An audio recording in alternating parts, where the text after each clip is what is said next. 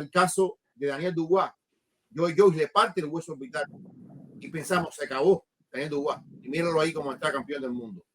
Es un riesgo y sabrá Dios, en ambos casos tomaron más de un año para recuperarse. Y primero, Robacy va a estar más de un año fuera, o un año fuera, quién sabe cuánto, porque todos los casos es diferente. Pero ¿cómo va a volver Robacy? ¿Cómo va a volver Robacy después de esta decisión que él tomó?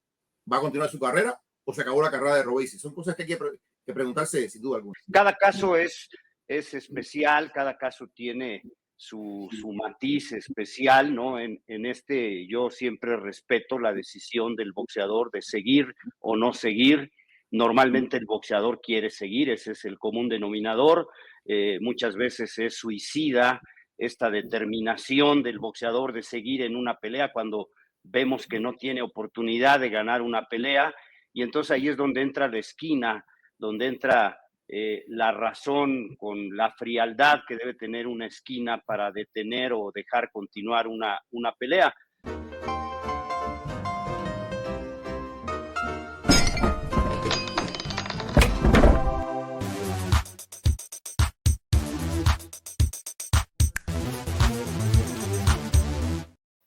Bueno, y ahora sí, acá estamos los cuatro. Bienvenidos a ambos. Gracias por estar aquí junto a nosotros. Un placer tener dos opiniones tan importantes como son las de ustedes. Jorge Ebro, por un lado, de ESPN, Lalo Camarena, de Provox y otros lugares más, que ya lo veo en varios lados. A Lalo, bienvenido, Jorge, primero.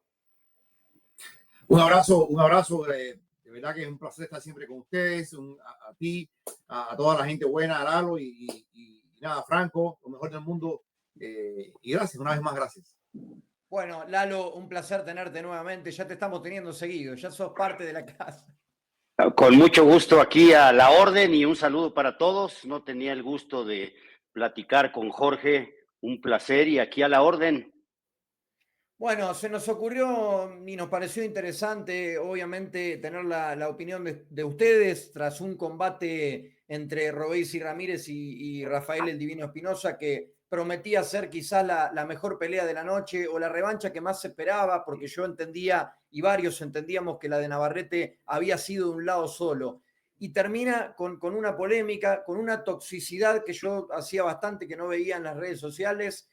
Primero que nada, ¿cómo veían el combate los dos hasta ese momento? Voy primero con Jorge. ¿Cómo tenías la puntuación o cómo tenías tu visión del combate hasta el momento del final que nadie esperaba? Bueno, yo creo que los primeros 3 asaltos fueron para Robacy Ramírez. No fue un boxeo contundente, pero fue un boxeo efectivo. Golpeó, se movió, hizo fregar bastante al Divino Espinosa. Creo que el cuarto asalto es muy parejo, un asalto bisagra, y creo que el quinto asalto es para el Divino Espinosa. ¿Qué hubiera pasado del sexto en adelante? Nos quedamos con las ganas de saberlo. ¿Habría reajustado Robacy porque el Divino ya venía un poco ya cortando las salidas, arrinconándolos en las esquinas? ¿Quién sabe lo que hubiera pasado? Pero nos quedamos con las ganas con esta decisión de Robacy de no continuar peleando, que es la situación de la polémica. Vuelvo y repito, 3 rounds claros para Robacy, un cuarto que va para cualquier lado y un quinto que es para el Divino. Lalo. Yo vi los 3 primeros rounds que los ganó el cubano, los ganó apretada, pero claramente, no habría mucha discusión. Ganó los rounds, pero nunca logró lastimar al mexicano. Yo, en cuanto vi la pegada de Robacy, me di cuenta que no frenaba al Divino. Sí lo hacía fallar, porque pues, es un boxeador con mucha experiencia, con gran manejo de ring, tiene una capacidad para eludir golpes muy buena el cubano, y lo hacía fallar al mexicano, pero cuando lo frenaba con algunos golpes, en realidad no logró lastimarlo o pararlo de tajo para pensar que podía hacer lo que sucedió en la primera pelea, donde estuvo a punto de noquearlo. Y creo que el cuarto y el quinto round se los lleva el mexicano, y entonces ahí ya empieza a notarse la pegada del mexicano, el rebote que dio seguramente para sacarle una ventaja en la báscula, y ustedes no me dejarán mentir, ese ha sido mi tema desde hace más de 30 años, que deben de quitar esa regla absurda en el boxeo, que es la regla que más daño le ha hecho al boxeo, de pesar a los boxeadores un día antes, y y dejar el rebote ilimitado. Ha habido más muertes, no es opinión, es estadística. Desde que está esa regla ha habido más muertos y más boxeadores dañados, y sacó ventaja de eso el Divino para ganar por la vía del knockout, ¿no? Ya se empezaba a notar la diferencia en la pegada, el Divino tesoro del punch, como decimos aquí en México, y creo que la victoria, desde mi punto de vista, es inobjetable, clara para el campeón mexicano. Y mira que ustedes no me dejarán mentir otra vez, yo daba como favorito al cubano en esta revancha. Y cuántas críticas que recibiste, Lalo. Después vamos a hablar de eso. Basta, termínenla con el nacionalismo. Esto es boxeo, deporte, no es bandera. Jorge, ¿cómo tenían, qué opinión tienen los dos, perdón, al respecto de la decisión que toma Ramírez? Creo que acá no hay, creo que acá vamos a opinar todo lo mismo, pero ¿qué opinión tenés, Jorge, vos primero? A ver, yo creo que nadie está en la piel del peleador. Y si él sintió que no veía, pues no veía, pues no continuó. Es una decisión que para muchos es cuestionable, para muchos no va con los principios históricos de morirse en la raya en el ring, pero ahí entra entonces lo subjetivo de hasta cuánto veía o no veía, hasta qué punto era capaz de aguantar el ritmo del Divino o no, cuánto influyó en que, como dice el maestro, ya el Divino venía poniendo el tren y tal vez él se dio cuenta de que no podía. En fin, aquí entran 20.000 especulaciones. Yo sí sé que en la comunidad cubana esto ha sido un parteaguas tremendo. Hay mucha gente que le llama cobarde, hay mucha gente que le dice no, hizo lo correcto. Al final, todo tiene que ver con tomar un riesgo y enfrentar las consecuencias. El riesgo de no poner en peligro su vida, pero también el riesgo de saber que esto va a traer un sinsabor en muchas personas. Hay dos ejemplos que yo quiero traer a colación. Un ejemplo de eso es Kell Brook. Kell Brook era tremendo peleador y cuando creo que fue Golovkin o Spencer, no recuerdo, le partió el hueso orbital, se acabó Kell Brook como peleador. Pero está el otro ejemplo, está el caso de Daniel Dubois. Joe Joyce le parte el hueso orbital y pensamos, se acabó Daniel Dubois. Y míralo ahí como está campeón del mundo. Es un riesgo y sabrá Dios. En ambos casos tomaron más de un año para recuperarse. Y primero, Royce va a estar más de un año fuera, o un año fuera, quién sabe cuánto, porque todos los casos es diferente. Pero ¿cómo va a volver Royce? ¿Cómo va a volver Royce después de esta decisión que él tomó? ¿Va a continuar su carrera o se acabó la carrera de Royce? Son cosas que hay que preguntarse sin duda alguna. Sí, habrá que esperar, ¿no? Qué tan grave es la lesión para saber definitivamente qué puede pasar en su carrera. Cada caso es distinto, ¿no? Cada caso es muy particular. A mí me tocó ver a un mexicano, Edgar Sosa, contra Rodel Mayol, con un cabezazo le produjo 12 fracturas en el pómulo y estuvo 8 meses fuera, y le decían a él: en México estás protegido, en México estás muy bien cuidado. Pues no, le ganaron en Chiapas con un cabezazo flagrante que nadie sancionó en ese momento, y tantos años, tantos meses inactivo. Le decía yo: ¿y quién te va a pagar ese tiempo que estás inactivo, no? Cuando supuestamente tenías el cobijo del Consejo Mundial de Boxeo, que él era campeón del Consejo Mundial de Boxeo. Cada caso es especial, cada caso tiene su matiz especial, ¿no? En yo siempre respeto la decisión del boxeador de seguir o no seguir. Normalmente el boxeador quiere seguir, ese es el común denominador. Muchas veces es suicida esta determinación del boxeador de seguir en una pelea cuando vemos que no tiene oportunidad de ganar una pelea, y entonces ahí es donde entra la esquina, donde entra la razón con la frialdad que debe tener una esquina para detener o dejar continuar una pelea. A mí me da la impresión de que podía seguir, pero esa es la impresión que me da a mí. La impresión que tiene el boxeador es distinta. A mí me parecía que aquel gancho al hígado con el que Gervonta Davis le ganó a Ryan García no era lo suficientemente fuerte para que perdiera por nocaut, pero eso me parecía a mí, no a Ryan García.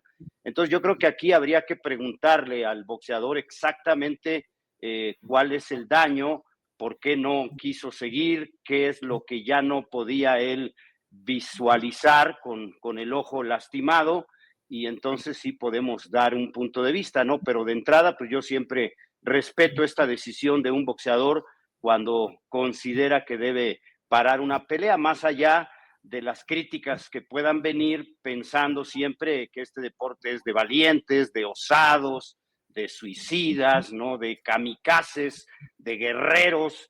No, yo pienso que siempre es mejor a tiempo que atenerse a letales consecuencias, ¿no? Que ya ha habido muchas, desafortunadamente, en este deporte del boxeo. Yo quiero poner también otro ejemplo, queridos hermanos, y es el ejemplo, desde el punto de vista, creo que fue, y lo vimos a la distancia, el de Tim Tszyu. Tim Tszyu, que sufre una profunda herida y que incluso pudieron haber detenido el combate. En el momento que el combate es legal, se hubieran ido a las tarjetas, Tim Tszyu ganaba el combate, pero siguieron, y creo que del quinto en adelante Tim Tszyu recibió una paliza larga. Yo digo que hace mucho más daño la paliza continuada que el knockout de un momento. El knockout de un momento te da la contusión, pero esa paliza continuada, round tras round, es la que te realmente pone en peligro. Y Tim Tszyu aguantó gallardamente, valientemente el barraje ofensivo sin ver, porque no veía. Tim Tszyu a la siguiente pelea contra Murtazayev y vimos que fue una sombra absoluta de lo que fue un gran boxeador. No digo que sea, pero a mí me suelta la duda si esa sombra que vimos no fue producto de ese castigo que tal vez se le pudo haber ahorrado a Tim Tszyu, sabiendo que ya no iba a ninguna parte porque no veía prácticamente contra la Tony Fernández. Sí, yo esa pelea, perdón, intervenga, yo esa pelea la veo como una gran irresponsabilidad de parte del médico de ring. Esa pelea no debió seguir desde el segundo round y esperar al tercero y al cuarto y declararla no contest, porque no se cumplen los 4 rounds para dar la decisión técnica. Fue inhumano ver tanta sangre, independientemente de que no lo dejaba ver, es la sangre derramada. Y los médicos te indican que cuando se derrama tanta sangre, cuando la hemorragia es tan abundante, y preguntaba a su papá, Tim Tszyu, ¿se habrán puesto a pensar cuánta sangre salió de la cabeza de mi hijo? Nadie se puso a pensar en eso, ni el médico de ring. El referee debió reiteradamente ir a la esquina para que lo revisaran y que una opinión razonable y sensata detuviera eso que es inhumano, eso no puede existir en el boxeo. Y no quisieron parar la pelea porque en Estados Unidos parar la pelea automáticamente significaba que perdía por nocaut técnico. Perder por nocaut técnico con una descalabrada que se la produjo un codazo, ¿no? Lo más absurdo que pudo haber sucedido en ese momento. En ese caso yo creo que fue una gran irresponsabilidad de parte del médico de ring, que es el único, cuando hay una lesión de este tipo, que puede detener la pelea. El referee va y le pregunta al médico, ¿es grave? ¿Qué tan grave es? Cualquier tipo de herida en la cara, en la cabeza, el responsable de que continúe o no la pelea, el único responsable es el médico. Y creo que ahí fue una gran irresponsabilidad y perdió el campeonato, pero al final no le dio una paliza, ¿eh?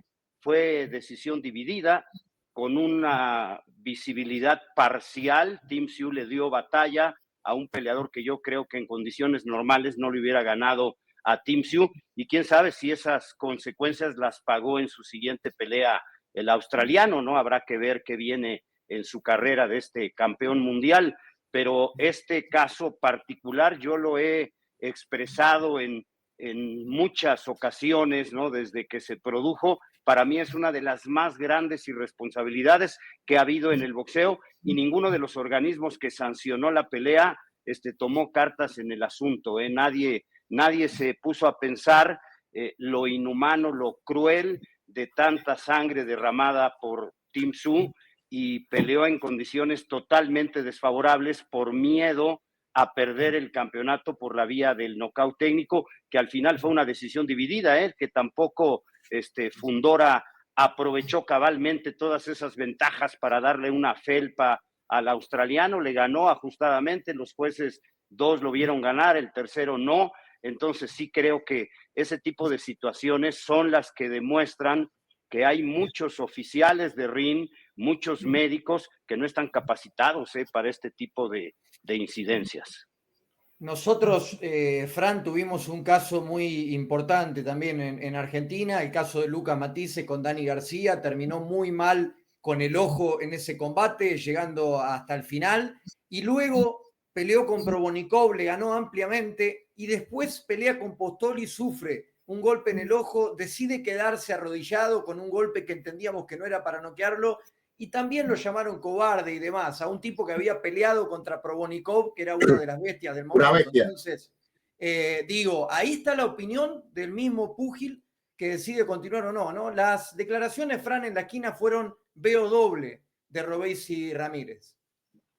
Y hoy hablábamos con la hormiga Mesa que peleó con una fisura orbital los últimos 4 asaltos de su anteúltima pelea. Primero, buenas noches, Lalo, Ebro, mis periodistas favoritos de boxeo, los más sabios, pero por escándalo.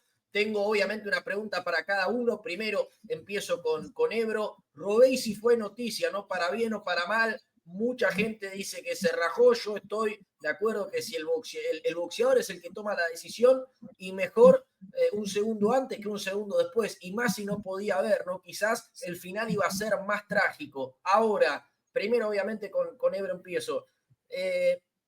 Si Salas hubiera detenido la pelea, Jorge, ¿crees que quizás Robesi se había ahorrado todas estas críticas y hate por parte de la gente? Mira, y lo digo por el público cubano, que es muy... El público cubano te apoya con un mismo fútbol que te abandona. Entonces, a lo mejor, si Salas dice, no, aguanta, sale a pelear y sigue peleando y sigue peleando.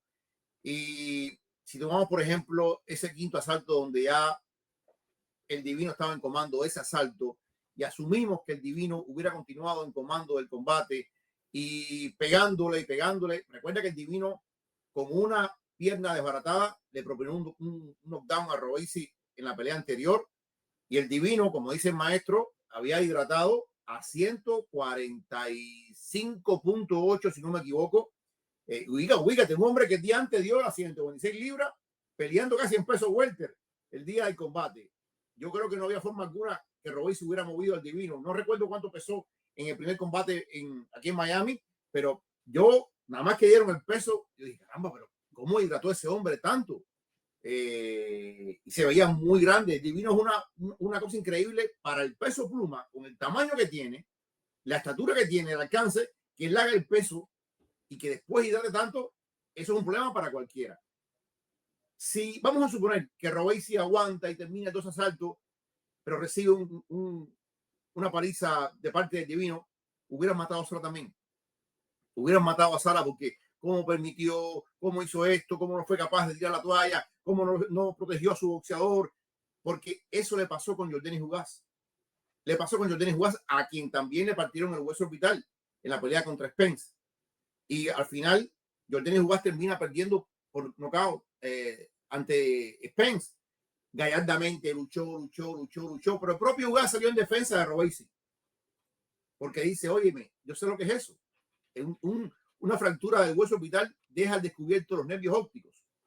Y entonces es peor. El hueso es el que protege toda esa estructura visual. Yo creo que es palos porque bogas, palos porque no bogas. Primero porque si no la pararon a tiempo. Si no, porque lo dejaron demasiado tiempo peleando. Entonces, es como una situación, es lose situation, como dicen los americanos. No vas a ganar en esa situación. Yo, perdón, Lalo, antes de dejarte continuar, yo lo creo que en ese caso, obvio que las críticas quizás eran para Salas, pero Salas tiene el condimento de que fin de semana tras fin de semana puede reivindicarse y remediarse. Robesi, obviamente, que hay que saber hasta cuándo no, pero eso es, creo que por lo menos la diferencia que veo yo, que obviamente que iba a haber críticas hacia Salas. Yo te digo una cosa, a ver, es lo que te digo yo. Yo creo que Robesi tomó la decisión correcta, la que él consideró correcta. Ahora, que él va a tener que vivir con eso. Hombre, si Roberto Manos de Piedra Durán es Roberto Manos de Piedra Durán y todavía se lo siguen sacando, dime tú, Robesi Ramírez. Sí, acá Salas no podía dejar seguir la pelea porque se produce el derechazo, que es uno de los 2 golpes que recibe en ese round, y al momento que le conecta el derechazo, el Divino el boxeador decide ya no continuar. Ahí no puede intervenir para bien o para mal el entrenador. El entrenador está en la esquina y de manera unilateral el boxeador decide al recibir el golpe ya no continuar. Entonces no hay ninguna responsabilidad, diferente al tema de Siu, ¿no? Donde sí la sangre cada round, trataban de taparle la hemorragia y era imposible detener una cascada de sangre, desgraciadamente, en esa pelea. Aquí fue una decisión solo del boxeador, no tiene nada que ver aquí el entrenador Ismael Salas, porque repito, al momento que recibe el derechazo en el ojo, en ese momento Robeisy Ramírez decide ya no continuar esta pelea. Sí, pero yo lo dije, Lalo, porque al parecer bueno, yo vi el video que creo que es un round antes de ese quinto asalto, el cual Robeisy le comunica a Salas y le dice, no veo del ojo derecho, o veo doble. Veo doble y Salas le dice, bueno, resuélvelo. Muchas veces se ve doble en el box, amigo. Cuando te dan un gancho a la mandíbula, es verdad, se ven estrellitas.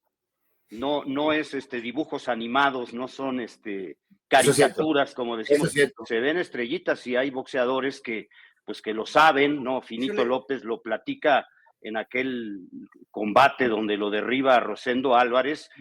Finito se levanta y él lo cuenta, lo platica en sus conferencias, y después de la pelea decía él, veía yo doble, veía yo dos Rosendos y veía difusa la imagen hasta que finalmente pudo recuperarse. El terrible Morales con Maidana terminó o empezó la pelea prácticamente desde el primero o segundo round con el ojo cerrado porque le dio un golpe el argentino y le cerró el ojo y peleó con un solo ojo y terminó con un solo ojo para observar y terminó la pelea a la distancia, ¿no? Dando una exhibición con un solo ojo para poder observar a su adversario. Es muy normal que se vea borroso, es normal cuando recibes golpes que la imagen del oponente, la imagen que tienes del escenario incluso, se pierda, y sobre todo cuando pasa lo que sucedió ya en muchas ocasiones en el boxeo, ¿no? Que un boxeador pierde totalmente la visibilidad con un ojo. Bradley no peleaba con dos ojos lastimados, casi cerrados los dos.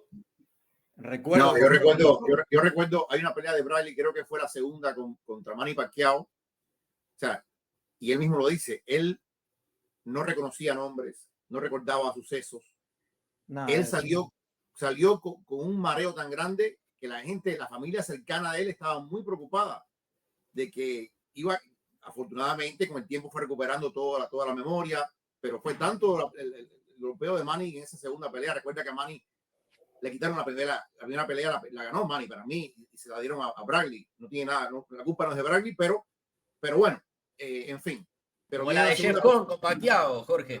Hey, bueno, yo las dos no digo nada Pacquiao, pero bueno, eso no es el problema ahora. El problema es que, como dice el maestro, eso es parte del boxeo, desgraciadamente. Eso de que estoy un poco aturdido, no tengo el balance de las piernas, pasan tantas cosas en una pelea de boxeo.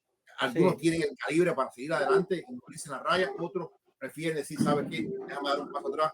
Y en este caso, Robeisy decidió tomar esa decisión, que yo repito, va a conllevar un riesgo mediático, un riesgo deportivo también. Bueno, hay boxeadores que abandonan por lesiones en pierna o mano y, por ejemplo, Espinosa continuó hasta el final en la primera. Digo, hay miles de casos de un lado u otro. Serrano y Katie Taylor también, el ojo lamentablemente no se llevó la victoria, pero hay millones de casos, Fran. Sí, no, y obviamente la pregunta también para los maestros es, ¿qué opinan acerca de los codazos? Si pudieron ver la reiteración, si creen que es parte obviamente de lo que es la pelea, de lo que son los estilos, si creen que los codazos intencionales o no de Espinosa pudieron fracturar la zona orbital de Ramírez. Sí, o sea, lo vieron. Hay muchos que no lo vieron, por ejemplo. Claro, hay gente que dice que directamente los codazos no existieron. Para mí sí existieron, pero obviamente no soy médico ni puedo decir. ¿Pero cuántos codazos? ¿Cuántos? Yo creo que hubo un solo codazo. No, para mí es una acción totalmente accidental, ¿no? Porque hay boxeadores que tienen los brazos tan largos. Con altura, claro. Que, perdón, da la impresión que les estorban los brazos, pero bueno, no es así. y hay un golpe. Si fuera intencional, se vería flagrantemente que es un golpe intencional. Cuando tira un boxeador un codazo de manera intencional, de inmediato se nota, se dibuja el movimiento del brazo que no es el normal a la hora de asestar el golpe con el puño. Y aquí, si hay un golpe, yo no lo veo tan claro, el del cuarto round que se refiere, parece ahí que lo toca, pero si hubiera sido ese golpe, inmediatamente hubiera venido la reacción del boxeador. Es lógico, cuando tú recibes un golpe que no es lícito, inmediatamente hay una reacción, y más cuando recibes un golpe con el codo, ¿no? Que es una superficie dura que te provoca inmediatamente un daño, ¿no? Que puede provocar una abierta, como le pasó a Tim Tszyu en la cabeza. No hay manera de abrir la cabeza más que con cabezazo o con el codo. No hay otra forma en el deporte del boxeo, porque necesitas esa superficie, ¿no? Que sea lo suficientemente dura para poder provocar ese daño. Acá, si existió el golpe, que para mí no es tan flagrante, inmediatamente, ¿por qué no vino el reclamo de parte de Robeisy? Si la pelea estaba siendo limpia, zurdo contra derecho, normalmente se pisotean, normalmente hay esbozos ahí de que pueden chocar las cabezas, estaba resultando limpia la pelea, y el estilo del Divino pues no es de golpear con los codos, ¿no? Es un boxeador muy pulcro, muy limpio, igual Robeisy. Entonces, si ocurrió eso, que repito, no hay una imagen, lo que pasa es que la cámara lenta o el freeze de la imagen pues ya presenta una cosa totalmente distinta, ¿no? A la velocidad normal, como sucede en el fútbol. La cámara lenta engaña, ¿no? Y me parece que en este caso no hay una imagen tan contundente, pero aceptando que fuese un golpe indebido, pues el boxeador lo debió haber acotado en ese momento, se debió haber quejado, debió haber dicho, me está golpeando con el codo, y no sucedió eso. A mí me parece, con el mayor respeto para Robeisy, que es como un pretexto, ¿no? De no aceptar que en esta ocasión pues le ganaron de una manera inesperada. Yo hasta perdí mi apuesta, amigos. Yo le iba a Robeisy en esa pelea. Yo creo que sí hubo un codazo. Yo sí vi a Robeisy Ramírez quejarse con el referee en el primer asalto, y después lo marqué, Fer lo estaba narrando, porque a mí me parecía una acción de un partido de fútbol. ¿Qué pasa? Cuando el jugador le abre al referee, yo veía que constantemente Robeisy trataba de hablarle al referee, y yo lo notaba molesto, por lo menos lo que yo observé. Miraba al referee más que al boxeador. Yo creo, a ver, yo sí creo. Pero no por codazos, o por qué lo hacía. Yo sí creo lo marcaba, supuestamente lo marcaba por el codo, lo que veíamos de este lado nosotros, pero yo creo que sí hubo un codazo. Yo creo que hubo un codazo, y sí creo que hay una acción del árbitro, que hay una advertencia al árbitro, creo que es en el cuarto, que hay una advertencia al árbitro al Divino del codazo, pero el árbitro infiere que no fue un codazo es profeso, que no fue un codazo buscado a la fuerza por el Divino, sino que es parte de lo que dice el maestro de los brazos largos. Pero sí hubo un codazo, y sí hubo un señalamiento por parte de referee. La pregunta es, ¿fue ese codazo el que tuvo el efecto en el ojo de Robeisy en la visión, o fueron los golpes que vinieron después que se sumaron al codazo, o no? ¿O fueron los golpes solo lo que hicieron el efecto en la visión de Robeisy? Esa es la pregunta que solamente él la puede responder. Lo otro es especular. Pero lo lógico es que fue la suma de todo, porque si el codazo hubiera provocado ese efecto, en ese instante el boxeador lo indica. Pero paren. Y lo que para la pelea es el derechazo del Divino, un derechazo pleno con todo el poder del mexicano, que extiende a todo el vuelo del brazo y le conecta con la derecha. Pues a lo mejor es la suma de todo, seguramente, del castigo acumulado, y que el colofón es ese derechazo que es el que termina la pelea. Pero ¿qué procedería ahí? Si el referee le llamó la atención, pues no lo consideró lo suficientemente grave para descontarle un punto. ¿Qué es lo que procedería en ese round? Parar el episodio y decirle a los jueces: hay un codazo, y le bajamos un punto al que aplicó el golpe indebido. Eso es lo que procede reglamentariamente, no más. No hay una herida, el boxeador en ese momento no se queja de que no ve, el boxeador no reclama del foul, y entonces pues no hay argumentos para decretar una descalificación, ¿no? Si el referee lo hubiese considerado como grave ese golpe, lo más que pudo haber procedido en ese instante era quitarle un punto al Divino. Yo me acuerdo, Jorge, y uniendo lo que dice Lalo, veo cosas en Divino por su altura y su alcance de brazos similares a las que he visto por momentos. Me vienen pantallazos de Fundora. Claro, Me vienen claro. esos pantallazos, pero no creo que yo, Obviamente obviamente no vamos a saberlo, pero claro, la opinión que me queda a mí es que no fue algo a propósito, sino más bien del recorrido, como dice Lalo, pero no lo vamos a saber, o sea, no tengo el dato para asegurarlo, obviamente son opiniones después.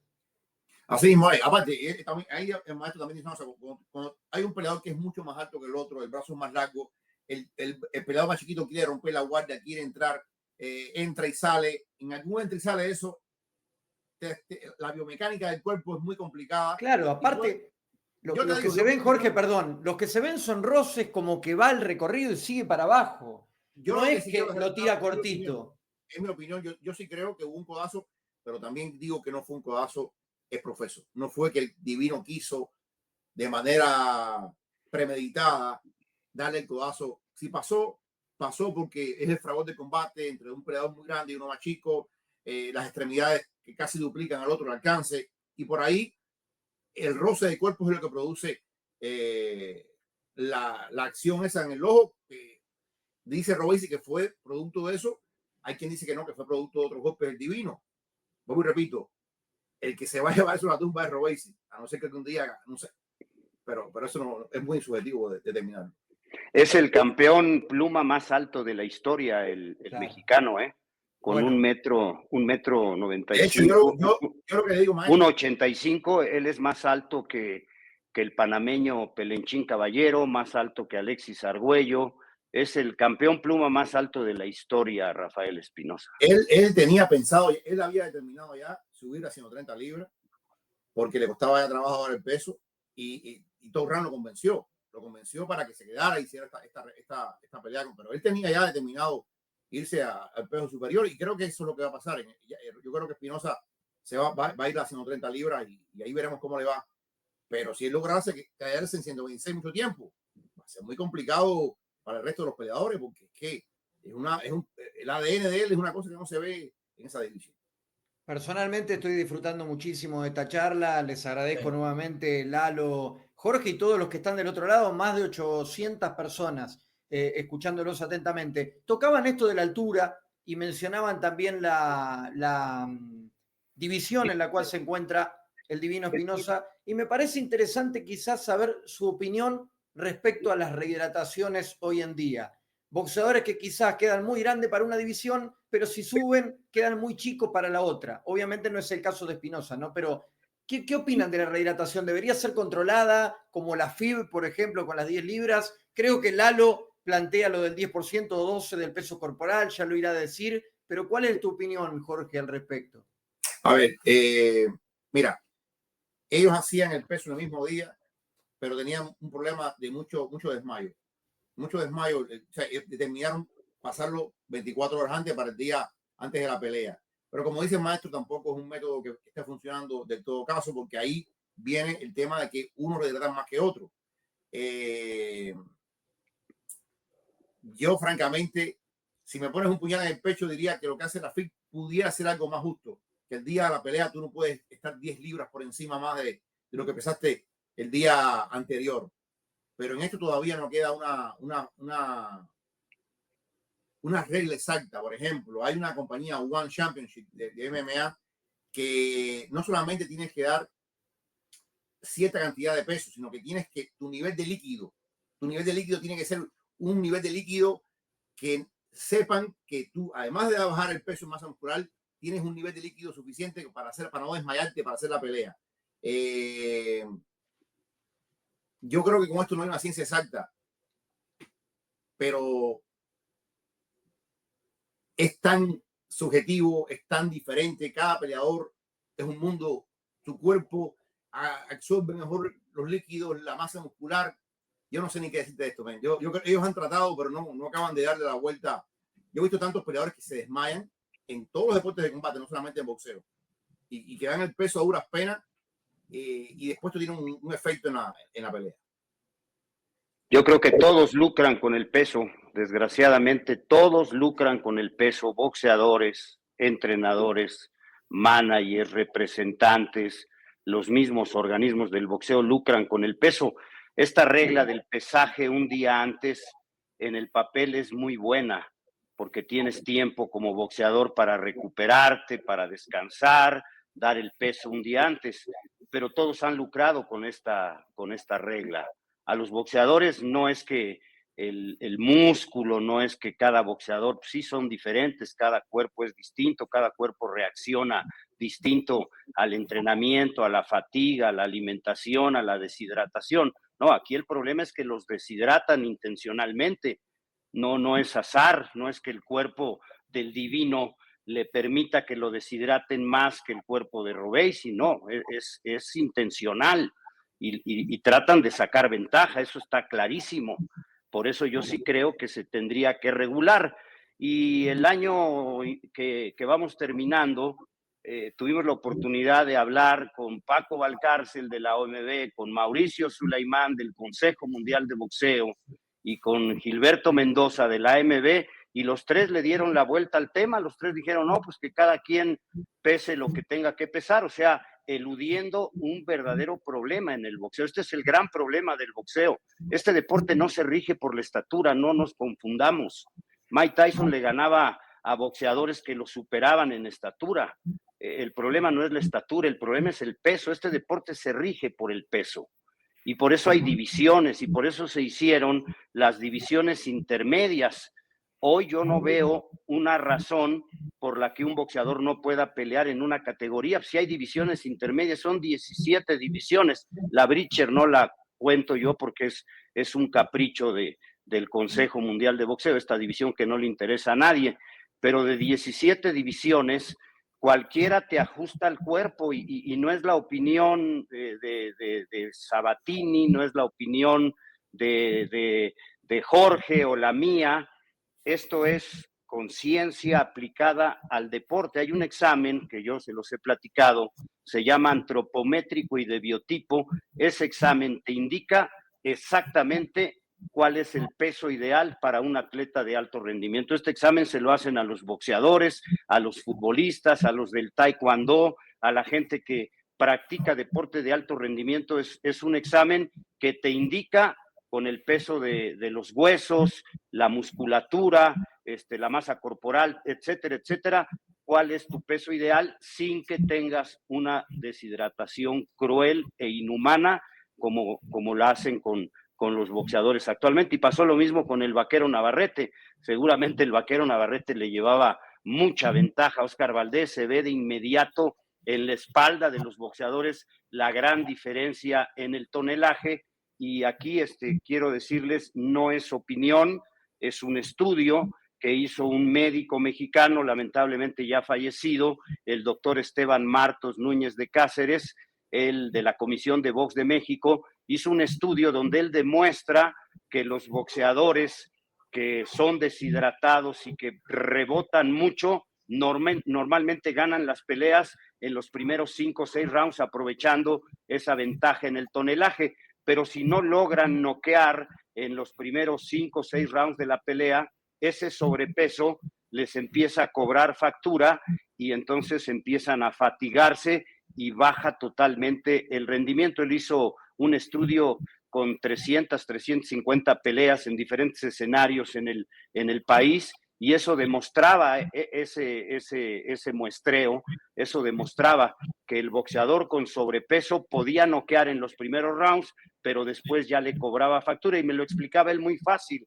Si tú corres 2 kilómetros en 15 minutos y en 15 días te voy a poner a correr esos 2 kilómetros, pero te pongo una mochila en la espalda de 10 kilómetros, de 10 kilos, perdón, lo más probable es que no des el mismo tiempo y que vas a terminar más cansado. El cuerpo no está acostumbrado a ese sobrepeso, y para mí es la regla más dañina que han puesto en la historia del boxeo, esto del pesaje un día antes. Bueno, ¿cómo ven el futuro de ambos púgiles? Por un lado de Robeisy Ramírez y por otro de Divino Espinosa. Se hablaba, Jorge, previo al combate, de hecho Robeisy seguía manifestando lo mismo, ¿no? De un combate con Naoya Inoue, que suba Inoue a las 130 libras. ¿Cómo lo ves en caso de ahora que perdió Robeisy? Digo, ¿podría pelear Inoue con Divino Espinosa en algún momento? ¿O es imposible? Yo creo, no sé, me parece que todavía Inoue le van a tomar, por lo que he escuchado, una o dos peleas más en su peso antes de subir al peso pluma. Yo no sé si para ese momento el Divino va a estar todavía en esta división, porque como te digo, la idea que él tenía antes de pelear con Robeisy en la revancha era irse por completo sin esperar ningún tipo de revancha con Robeisy. No sé cuál es el plan ahora que Torran va a decidir con su equipo de trabajo. Yo creo que Divino se sigue aprovechando lo que dice el maestro, el tema del peso, eso en inglés se llama un weight bullying, y si sigue aprovechando esas cosas, puede tener una victoria, una carrera importante en el peso pluma. Robeisy Ramírez, a quien yo aprecio mucho en lo personal, pero quién sabe ahora si hay incluso futuro para Robeisy Ramírez. Quién sabe si hay un mañana para Robeisy Ramírez. Primero, esperar la recuperación, que no todo el mundo recupera igual. Segundo, vamos a suponer que él está totalmente recuperado. Yo estaba hablando con un entrenador y me decía, el problema es que hay un reflejo condicionado. Si hubo esa fractura orbital, cada vez que venga un jab o un golpe al ojo, él va a sentir algo. Es humano sentir ese tipo de reacción. Los reflejos, Jorge, perdón, cuando chocas en el auto, por ejemplo. Exactamente. Y no sé, hoy decir que Robeisy Ramírez va a tener un futuro luminoso o se acabó para siempre es tirar una moneda al aire. Yo sí creo que hay un riesgo mediático con todas las críticas que hay para Robeisy, y hay un riesgo deportivo porque tal vez ya sea un producto dañado y nunca más vuelva a ser el mismo peleador que fue en algún momento. Hoy hay que poner puntos de interrogación en lo que es el próximo capítulo de Robeisy Ramírez. Jorge, cortito, acá Lalo tenía en el pronóstico, y lo dijo también acá, tenía como favorito, como las apuestas a Robeisy Ramírez. Quiero saber, porque no tuve la oportunidad de escucharte, cuál era tu opinión sobre este combate. ¿Vos estabas de acuerdo con esta revancha? ¿Tenías quizás en tu visión que esto le podía pasar a Robeisy? Obviamente no hablando con el diario el lunes. No. A ver, yo veía la pelea muy pareja. Muy pareja. Yo tuve la suerte de entrevistar al Divino cuando el Divino era nadie lo conocía. Y yo lo entrevisté mucho antes de la pelea con Robeisy. Y él me dijo, oye, yo para México no vuelvo sin el título. A mí hay que matarme ahí.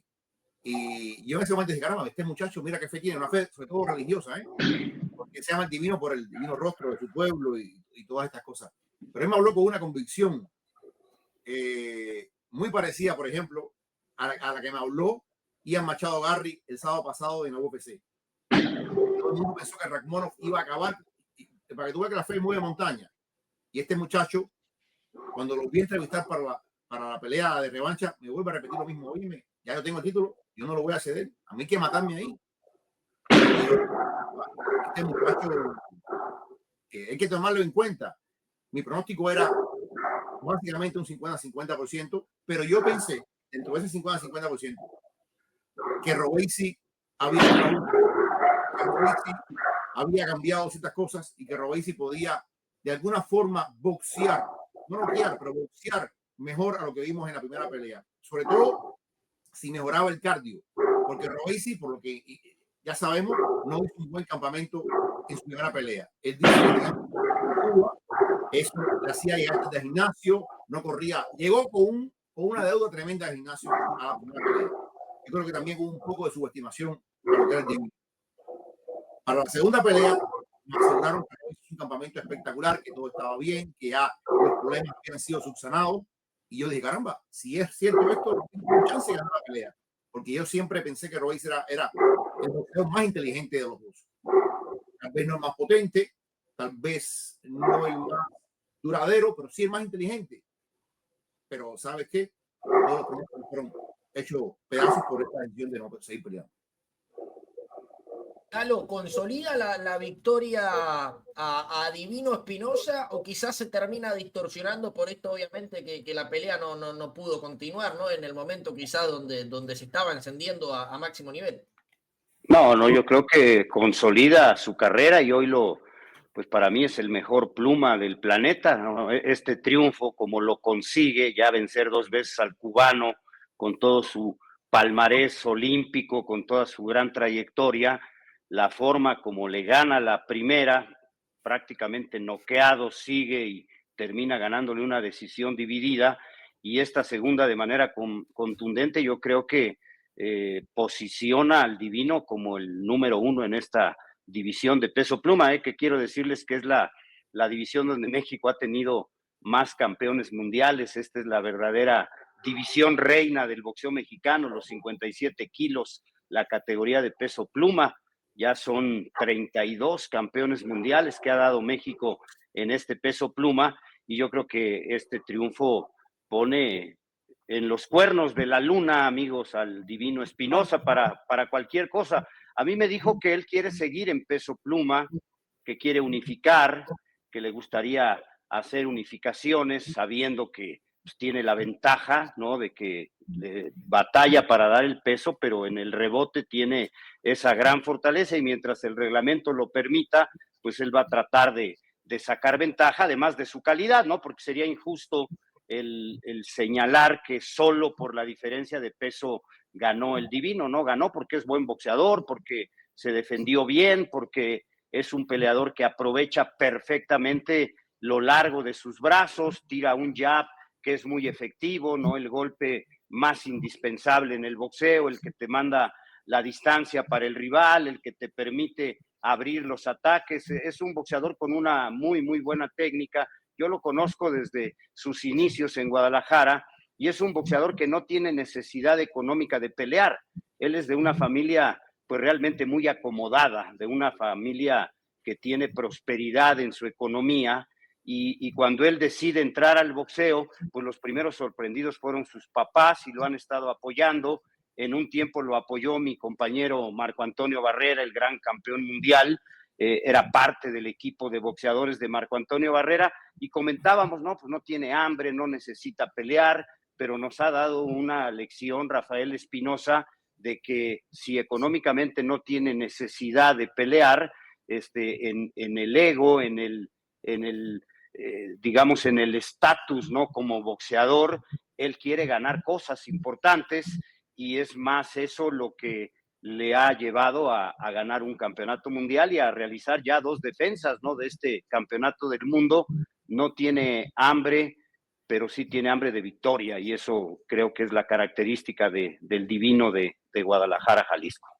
Wow, Jorge, quiero escuchar tu opinión. Ahora, ¿estás de acuerdo con Lalo? Digo, fue una victoria contundente para vos de Espinosa y es el mejor 126 del momento. Yo creo que acá a ver, yo creo que sí puede ser el mejor 126. Está por ahí Ángelo Leo, que es muy buen boxeador también, que tiene pegada. La victoria, yo no le voy a restar méritos al muchacho. Yo creo que el muchacho tiene unas cualidades tremendas, tiene una humildad que desarma. Eso es lo que más me gusta de él, que es muy humilde. Pero fueron 5 rounds y medio. Fueron 5 rounds y medio. Creo que nos quedamos esperando más. Es probable que el Divino hubiera destrozado a Royce. Yo creo que estaba en las cartas. Pero, como digo, yo creo que eran 3 rounds claros dentro de lo que es el boxeo para Royce, y digamos que 2 para el Divino. Lo que hubiera pasado el resto de la pelea, quién sabe. Pero no cabe duda que hoy el Divino sí se ha posicionado como una figura de respeto, como una figura que ya deja ese capítulo de Royce pasado. Ya nadie quiere saber más nada de el Divino y Royce. Royce tendrá que escalar, si es que puede escalar la montaña nuevamente, y el Divino vendrá a cosas más grandes y superiores. Me encanta este hermoso debate, casi 1000 personas del otro lado, la estoy pasando bomba y aprendiendo muchísimo también. Siempre se dice que el boxeador no llega al 100%, pero no por una cuestión de indisciplina, sino porque campamento largo puede llegar a estar golpeado, los golpes no son vitaminas, el propio desgaste y la exigencia que equivale a hacer un campamento de 2 o 3 meses. Jorge, creo que te decía vos, Robesi, y nos comunicó también Salas a nosotros, que hizo más de 130 rounds de sparring, Robesi Ramírez, y que fue un campamento larguísimo. ¿Se puede llegar a pensar que ya venía tocado? ¿Que ya venía quizás con alguna molestia o algún tipo de lesión ante esta pelea? Yo no lo creo. Yo no lo creo. Yo creo que, como se dice por ahí, el otro es mejor. El otro es mejor, sencillamente. Yo recuerdo cuando llegué a este país, el hombre que era el rey libra por libra era Shane Mosley. Y Shane Mosley para acá y Shane Mosley para allá. Y apareció este muchacho Vernon Forrest que nadie lo conocía. Y Vernon Forrest le ganó 2 veces a Shane Mosley de una forma tan contundente que de pronto todo el mundo hablaba de Shane Mosley, de Vernon Forrest. Y a los pocos tiempos, no mucho tiempo, apareció este muchacho Ricardo Mayorga y le ganó 2 veces a Vernon Forrest. Y Vernon Forrest pasó a hacer nada. Entonces yo creo que, mira, 2 derrotas. Por el motivo que han sido, son 2 derrotas. Ya no. Salir ahora con que tuvo este problema, tuvo este otro problema, tuvo aquello, ¿no? Si tú me dijiste todo el tiempo que el campamento fue magnífico, que todo estaba bien, que, o sea, a mí si pasó algo, mejor cállatelo ya, porque no tiene sentido ahora que vengas a decir que tuvo este problema, tuvo este problema. Yo sí creo que hicieron un campamento correcto, hicieron un campamento que ellos pensaron que habían chequeado todas las cajitas que faltaban para que estuviera bien, para que fuera perfecto, pero después no se tradujo en el ring, sencillamente no se tradujo en el ring. Y Jorge, esta pregunta obviamente que va sin ningún tipo de maldad ni mucho menos, pero yo cuando vi la acción de Robesi Ramírez, se me vino obviamente a la cabeza Rigondó con Lomachenko. ¿Qué tiene de diferente quizás este abandono de Robesi y el de Rigo con Loma? Al final sí es lo mismo. Al final Rigo hablaba de los guantes. Queda la duda de qué pasó realmente con los guantes de Rigondeado. Lomachenko era, o sea, la gran diferencia, si es que hay alguna diferencia, es que Lomachenko fue superior de principio a fin, de cuánto haya durado esa pelea, a Rigondeado.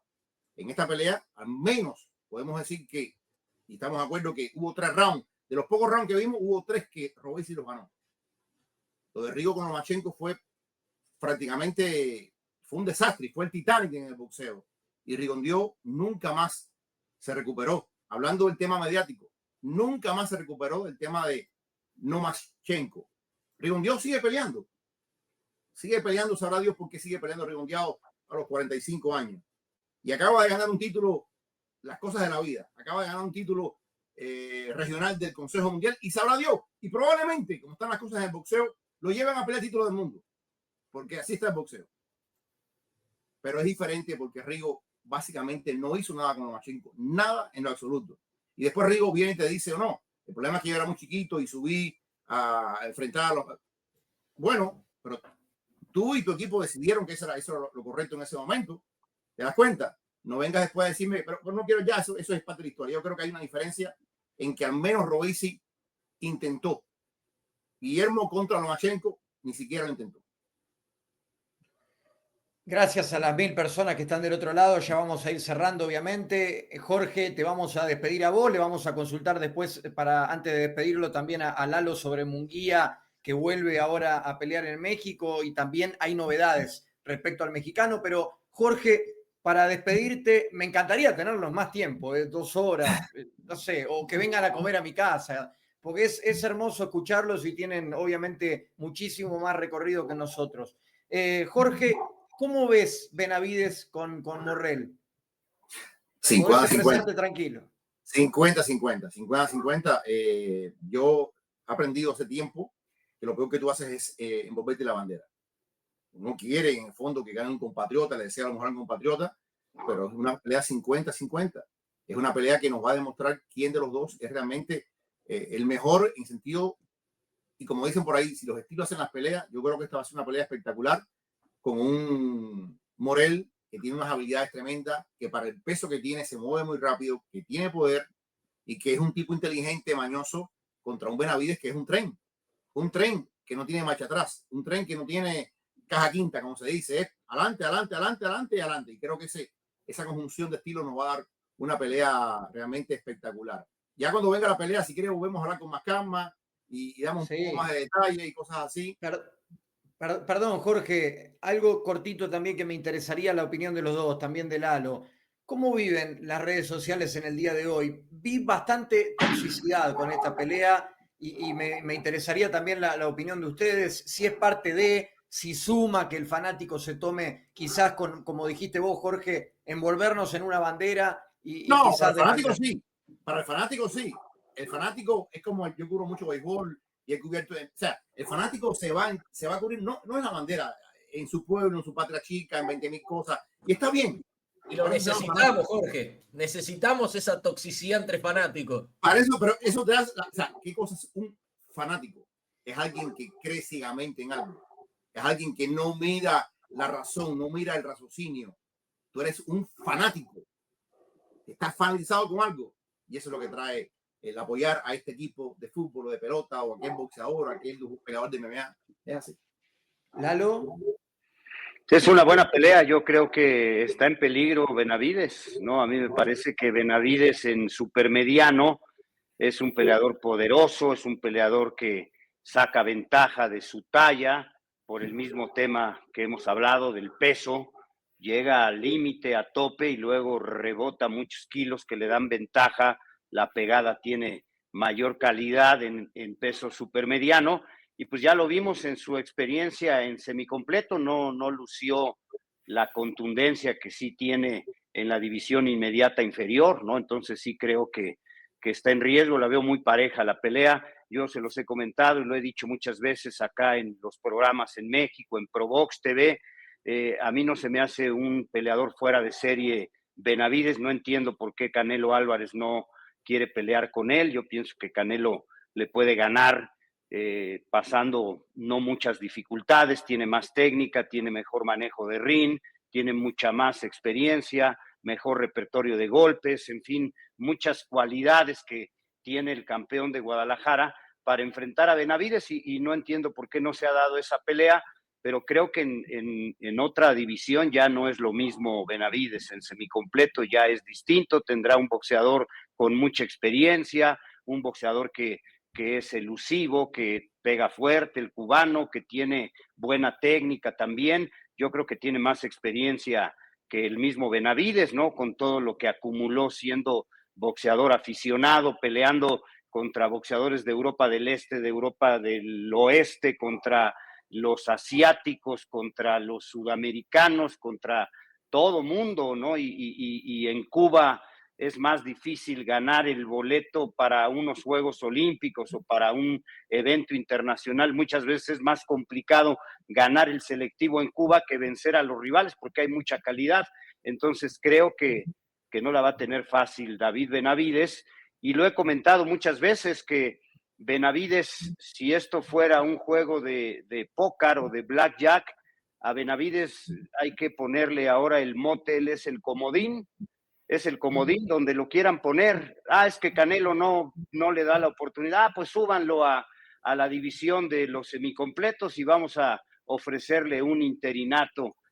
Pero es que los semicompletos va a haber revancha entre Bivol y Beterbiev. Bueno, pues me voy al PES, ya quiere pelear con el zurdo Ramírez en peso crucero y está haciendo un comodín muy incómodo porque, repito, este deporte se rige por el peso y siempre hay un peso ideal en el que un boxeador puede rendir más. Y está jugando con eso Benavides y su equipo, y a ver si no le cuesta caro este ejercicio de subir a semicompleto y enfrentar a un peleador que, como decimos en México, no es una perita en dulce, David Morrell. Lalo, ¿cómo ves al fanático? También lo mismo que le preguntamos a Jorge, ya vamos a ir como un guía los dos juntos, no te vayas Jorge, ya cerramos. ¿Cómo ves al fanático, las redes sociales? También yo respeto, Lalo, perdón, el otro día lo vivimos con vos cuando diste el pronóstico como periodista y total imparcialidad y recibiste críticas que a mi entender innecesarias. No las vi, pero si hay, yo acepto todo, yo respeto mucho a la gente que opina, yo digo que quien está en las redes sociales pues sabe a dónde está ingresando, ¿no? Como dice el maestro Enrique Krause, el escritor Enrique Krause, sabemos que hay muchos sicarios en las redes sociales y pues yo lo entiendo y lo respeto. A mí me gustan más los aficionados con razón, con medida, con juicios, no con calificativos, pero yo no bloqueo a nadie en mis redes sociales. Si a alguien no le gusta algo que comento, lo respondo con la educación y la cortesía que siempre he tenido en mi carrera en el medio periodístico. Y me pasa mucho en el fútbol. Yo le voy a las Chivas no compiten hoy en nada y me pegan y todo, pero no pasa nada. Así es este universo y creo que uno debe de aprender que pues hay que tener tolerancia, ¿no? Y saber a quién contestarle, a quién no contestarle. Yo no contesto insultos, no contesto palabras soeces, que esas pues no las justifico, pero las entiendo de parte del fan, del aficionado que esté enojado, pero que no la entendería de un profesional, ¿no? En el micrófono, eso sí, no lo entendería, y hay quien sí abusa de esto, que yo digo hay que tenerle mucho respeto al micrófono. A mí así me enseñaron mis grandes maestros y esa es la conducta que tengo, pero respeto a los fans y pueden criticar a Benavides o pueden pensar que Benavides es la gran figura. Yo digo que la verdad del boxeo está ahí en el ring, en la plataforma de 6x6 y ahí no hay mentiras, ¿no? Y veremos hasta dónde puede llegar David Benavides. Hasta ahora a mí me parece que es un buen boxeador, es un peleador fuerte, es un boxeador que ha tenido muchos problemas, que ha podido aparentemente superar, ¿no? Problemas de no dar el peso, problemas de adicciones, que me decía su papá el otro día, ya los ha superado plenamente. Qué bueno por él, qué bueno por su carrera, por su vida personal, pero el tiempo que es sabio nos dirá hasta dónde puede llegar David Benavides. Por lo pronto yo creo que está agarrando una pelea que le puede resultar más complicada de lo que ellos seguramente esperan. Bueno, y para cerrar, ya se viene el próximo sábado, Jorge, Lalo, Fran, el combate de Jaime Munguía en México nuevamente frente a Bruno Suraz, el francés que viene invicto, tiene 2 empates en su récord, pero viene invicto. Y se está hablando, se ordenó la pelea con Cristian Envili para un futuro, pero también se está mencionando ya a Berlanga. Y hoy me comuniqué con una fuente del lado de Jaime Munguía y me comentaron que ellos quieren a Berlanga, obviamente porque ofrece mayor dinero que un combate con Envili. Bueno, yo creo, para mí este es un combate para hacer caja, para cerrar el año, no más que esto. Cuarta. Sí, en este momento digo cuarta del año de Jaime, es una locura para boxeadores que pelean una vez. Sí, eso está muy bien. Eso está muy bien. Yo creo que en un momento en que los campeones pelean 1 o 2 veces nada más, que alguien esté tan activo como Jaime es totalmente loable. Pero lo que digo que no es una pelea que me despierte tantas expectativas. Yo creo que en términos de oponente es un paso atrás para él. A lo mejor el francés viene y nos demuestra que es un caballo y me cae a la boca. Pero francamente yo había escuchado de él así, de pasada, de este hombre. No tenía tanto en el radar. A lo mejor en Europa es una maravilla. Puede ser, no sé. Pero creo que es para mantener activo a Jaime, porque saben que ahí en la Plaza de Toros de Tijuana el público va a responder y bueno, cerramos bien el año, hacemos una fiesta y entonces el próximo año tal vez venga Envili o venga Berlanga, que ya son palabras mejores. Y en Tijuana, Lalo, en México, ¿cómo vive? En el estadio de fútbol, ahí donde juegan los Xolos de Tijuana, iba a ser la pelea.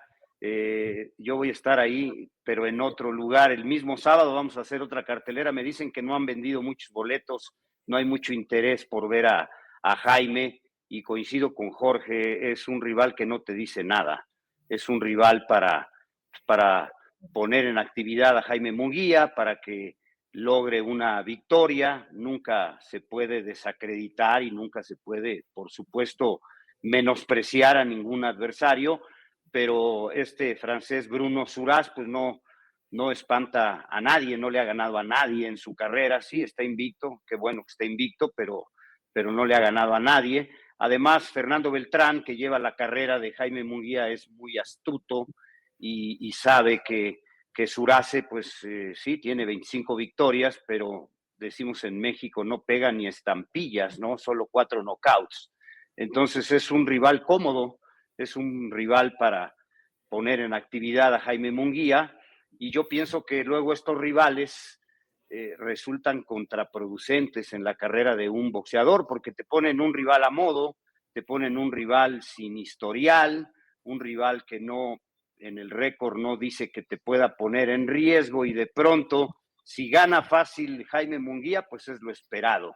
Si le cuesta trabajo a Jaime Munguía, vendrán críticas de que, uy, no le pudo ganar fácil o no pudo noquear al francés. Y ya no quiero imaginar si sucediera el tercer resultado, una victoria sorpresiva del francés. Yo creo que cuando un boxeador llega a un nivel, ya no puedes enfrentar a cualquiera. Yo siempre se lo he dicho, desde Salvador Sánchez, el gran campeón mexicano, le decía, cuando ya llegas a un nivel, ya no puedes pelear con cualquiera, ya no puedes darte el lujo o tu equipo de trabajo de ponerte con cualquiera. Se lo he dicho a Juan Manuel Márquez cuando era el gran campeón mexicano, a Julio César Chávez, ya no puedes permitirte pelear contra un cualquiera, porque tienes todo que perder y nada que ganar, porque eres el favorito, tu rival no ofrece nada, y creo que ese es el escenario para Jaime Munguía este sábado. Mi pronóstico pues es claro, debe ganar Jaime Munguía, y diría yo debe ganar por nocaut y con cierta facilidad frente a un rival galo, pues que no dice mucho en este deporte del boxeo, y además de un país que boxísticamente hablando, pues Marcel Cerdan es el gran emblema, y no hay mucho más que agregar en el boxeo de Francia, ¿no? Entonces sí creo que debe ser una victoria tranquila, y la doy por descontada para Jaime Munguía. De no ser así, pues sí tendrá, o como dice Jorge, nos tapará la boca a todos peleador de origen francés, pero yo creo que va a ganar Jaime Munguía a Bruno Surace. Y la ordenanza del CMB, título interino, que empiezan ya a invadirnos nuevamente por doquier, no tanto en varios organismos, pero bueno, Fran, adelante. No, una cortita respecto a Munguía. Nunca vi una carrera mejor manejada como la de Munguía, ¿no? Casi un récord de Floyd Mayweather, y si uno se pone a observar, son la mayoría rivales clase D, clase C. Tiene un Derivianchenko que fue lo mejorcito junto con Canelo, pero un Derivianchenko que no había peleado en 168 y que ya estaba semi-retirado. Un Ryder que había anunciado su retiro y después medio que lo obligaron a pelear con Munguía. Digo, por un lado yo creo que eso para el boxeo no es bueno, pero por otro lado, viéndolo del lado del negocio, creo que Munguía debe tener una de las mejores carreras manejadas en el último tiempo, por el poco riesgo que tiene, por estar siempre figurando allí en las primeras posiciones de los rankings, y sobre todo también porque es una máquina de generar dinero sin pelear con nadie. Sí, sin duda alguna, yo creo que ha ganado buena plata Jaime Munguía. Ha ganado muy buena plata. Yo recuerdo la primera vez que el nombre de Jaime Munguía sonó con fuerza fue cuando Canelo fue sorprendido con el tema del dopaje, y de pronto Munguía se quedó Golovkin se quedó sin oponente, y aquel Munguía con 21 añitos, creo, 20 años, algo de eso, dijo, yo me ofrezco a pelear contra, y le dijeron, tranquilo, deja que pase el tiempo, y Golovkin terminó enfrentando a un armenio, se me olvidó el nombre, tengo ya el cansancio que me... pero a partir de ahí, el nombre de Munguía después se hace campeón del mundo, y le pasa lo que pasa a muchos campeones del mundo muy jóvenes, que entonces no quieres apurarlo y ponerlo contra los otros campeones porque hay un problema. Y vimos un rosario de rivales, y como ese maestro, con algunos rivales malos, no lució tan bien. A otros lució descomunal. Me acuerdo del argentino, ¿cómo se llama el argentino? Coria, ¿puede ser? Coria, el mago. Ese argentino nunca debió subirse con guía. Nunca. No, y Cóceres también. Cóceres, ¿no? Pero Cóceres es otro caso. Bueno, Cóceres con Munguía no peleó. Hay rivales que nunca debieron subirse con Munguía, pero el boxeo actual es así. Entonces, yo siento que Munguía, hay peleas que son pases de cortesía. Yo creo que esa es uno de esos pases de cortesía, que la haga y termine su año y que haga su fiesta, y ya veremos el próximo año. Lo que no hay que permitirle muchos pases de cortesía a Munguía ni a cualquier campeón que enfrente una oposición muy inferior a la que realmente debe enfrentar. Cóceres, el rival de Berlanga, que lo mandó a la lona. Marcelo Cóceres, ¿no? Lalo, para cerrar, Lalo. Perdón, yo de Munguía, yo no coincido. Yo creo que sí ha tenido buenas victorias, Jaime, desde preliminarista, ¿no? Por ejemplo, noqueó a Juan Macías Montiel, este boxeador que le disputó el campeonato mundial a uno de los Charlo y le duró los 12 rounds. No es que solo haya vencido, le han hecho bien su carrera, ha sido paulatina, ¿no? Le encontraban rivales, pero no podemos desestimar cómo ganó el campeonato con Saddam Ali. Él iba como víctima y le ganó a Saddam Ali en una pelea donde lo arrasa y lo noquea en 4 episodios, luego vence a Liam Smith. O sea, ha tenido buenas peleas. Gary Sullivan, ya subiendo de peso, enfrentó a Kamil Szeremeta, el polaco, que no es un boxeador así del montón. Le ganó a Gabe Rosado también. O sea, sí ha tenido buenas guerras Jaime Munguía, ¿no? Sí le falta todavía para encontrar, digamos, la consagración como gran campeón, pues lograr victorias de mayor grado de dificultad, ¿no? Uno aprende en este oficio de periodista que el triunfo vale más dependiendo de la oposición del rival. El rival te marca el valor de la victoria, ¿no? Si es un gran rival y cómo se da una pelea en este caso. Yo creo que Jaime es un buen boxeador, difícilmente lo van a hacer un boxeador técnico. Ya a esta edad de Jaime Munguía es muy difícil que le puedan pulir los detalles de defensa, que no aprende a quitarse golpes Jaime Munguía, pero ese es su estilo y ya es muy difícil corregirlo a estas alturas, ¿no? Entonces seguirá siendo Jaime Munguía un boxeador ofensivo que le dio un poquito de pelea al Canelo Álvarez en los 3 primeros rounds cuando se enfrentaron, pero que luego después de la caída pues fue bajando paulatinamente, perdió confianza y ya no tuvo los recursos ni técnicos ni la capacidad combativa, ni siquiera eso, la capacidad combativa para tratar de hacerle daño a Saúl el Canelo Álvarez, pero es un buen campeón, creo yo, ¿no? En un medio donde hoy pues tenemos 4 campeones por normalidad, ¿no? De las 4 organizaciones del boxeo, terminó invicto como super welter, nadie le pudo ganar, ya tuvo que invadir la división de arriba porque ya le costaba trabajo dar el peso, estaba embarneciendo Jaime Munguía. Le han hecho bien la carrera, pero no estaría yo de acuerdo en que solo ha vencido a rivales a modo, ¿no? Y ahí hay peleas en donde sí se muestra la calidad y sobre todo la pegada, la gran vocación de ataque, ¿no? Que tiene este boxeador nacido en Tijuana, Baja California, México. Sí, yo lo decía cortito, Lalo, más que nada porque yo fui muy crítico con Munguía por una cuestión de que yo creo que, entre comillas, el mejor Munguía, que como bien decía, se enfrentó a una buena oposición y demás, fue en peso super welter. Después, hasta la pelea de Canelo Álvarez, pasaron 5 años sin disputar un título del mundo y el propio equipo de Munguía aceptando que rechazó. Pelea con Adame, pelea con Alinjanuli, pelea con el Bronco Adames también por una cuestión de que ellos no querían ir a los interinatos o a los títulos regulares y que querían ir directamente a los peces gordos. Por eso, para mí, lo mejor de Munguía lo vi en 154 en cuanto a oposición y ya pasaron como 5 años de aquella oportunidad. Sí, le ha faltado, ¿no? Después de ser campeón super welter, ya ir por peleas grandes. Aceptó con Canelo y fracasó en ese intento Jaime Munguía, pero pues ahora tendrá esta oportunidad Jaime, ¿no? De demostrar si realmente puede lograr un título mundial. No tiene una derrota nada más, ¿no? Tampoco hay tantos boxeadores, ¿no? Jaime tiene 45 peleas, no hay 45 rivales de alto nivel en ninguna carrera. Revisa uno la gran carrera de Durán o de Chávez y pues sí, hay rivales también muy fáciles en la carrera. Entonces imagínate si en la grandeza de estos monstruos del boxeo hay rivales muy sencillos, pues es lógico que en una carrera como la de Jaime Munguía, que la han manejado bien para ir paulatinamente escalando, encuentras rivales que no son de la calidad que le sirven para mejorar, pero ha habido buenas victorias. Yo creo que Jaime está en el momento hoy ya de definir en qué peso, contra quién y en qué organización, pero buscar una nueva oportunidad de campeonato mundial y y ya dijo él que le gustaría con Benavides, ¿no? Ya dijo que le gustaría con Berlanga. Yo lo veo a Jaime en esta división. A mí me parece que Jaime en peso supermedio, ¿no? Dicho por él, no batalla tanto con la báscula, él se siente fuerte.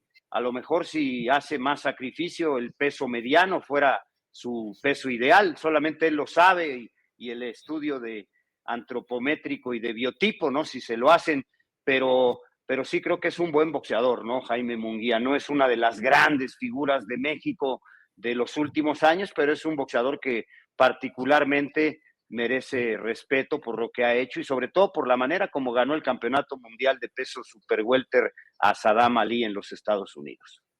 Bueno, ¿cómo la pasaron? De corazón, primero, 1000 disculpas por el tiempo, nos excedimos más de lo que le dije y debo pedirlas públicamente. ¿Cómo la pasaron? No, hombre, ¿Bien? nada que disculpar, aquí a la orden. Oye, Bueno, y para mi congregado, muchas gracias por haberme invitado realmente, y nada, cuando quieran ustedes. Y gracias al profesor. y acá tengo en pantalla, para despedirlos, las redes sociales de los dos para que lo vayan a seguir. Jorge Ebro en ex, Jorge Ebro, @Jorge Ebro. Eduardo Lalo Camarena figura en ex como eCamarena1. También lo pueden ver en Probox, a Jorge Ebro también en ESPN, y el canal de YouTube de Jorge, @Cerebro en los deportes, que me gusta, y el nombre Cerebro, no Cerebro. Gracias a los dos, Lalo, Jorge, un placer. No, gracias. Nada que maestro. agradecer, a la orden. Saludos y un abrazo a la distancia.